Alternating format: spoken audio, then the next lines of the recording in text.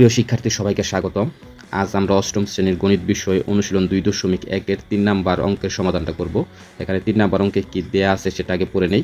30 টাকায় 10টি ধরে ও 15টি ধরে সমান সংখ্যক কলা ক্রয় করে সবগুলো কলা 30 টাকায় 12টি দরে বিক্রয় করলে শতকরা কত লাভ বা ক্ষতি হয়েছে। এখানে 30 টাকায় 10টি ধরে এবং 15টি ধরে 2 ধরনের কলা ক্রয় করেছে এবং বিক্রয়ের সময় 30 টাকায় এভারেজ 12টি করে কলা বিক্রি করেছে।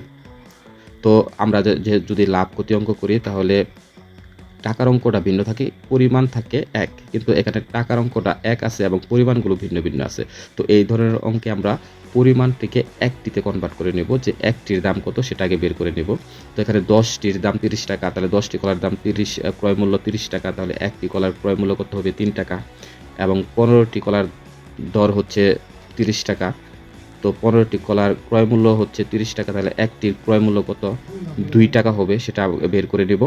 তাহলে যেহেতু 2 ধরনের কলা ক্রয় করেছে, একটা 10 টাকা ধরে আর একটা 15 টাকা ধরে, তাহলে এক এক দুইটি কলার ক্রয় মূল্য হচ্ছে এই 3 টাকা এবং এই 2 টাকা সমান 5 টাকা। তাহলে একটি কলার গড় ক্রয় মূল্য হবে এই 5/2 সমান একটি কলার এখন ক্রয় মূল্য পড়ল 2.5 টাকা। এখন বিক্রয়েরটা বের করে নেই। 12টি কলার বিক্রয় মূল্য হচ্ছে 30 টাকা, তাহলে একটি কলার বিক্রয় মূল্য হবে 30/12 সমান 2.5 টাকা। তো এখানে একটি কলার ক্রয় মূল্য এবং বিক্রয় মূল্য উভয়ই হচ্ছে 2.5 টাকা, অর্থাৎ ক্রয় মূল্য সমান বিক্রয় মূল্য। যেহেতু ক্রয় মূল্য এবং বিক্রয় মূল্য সমান, তাই লাভ বা ক্ষতি কোনোটাই হবে না। উত্তর হবে লাভ বা ক্ষতি কিছুই হবে না।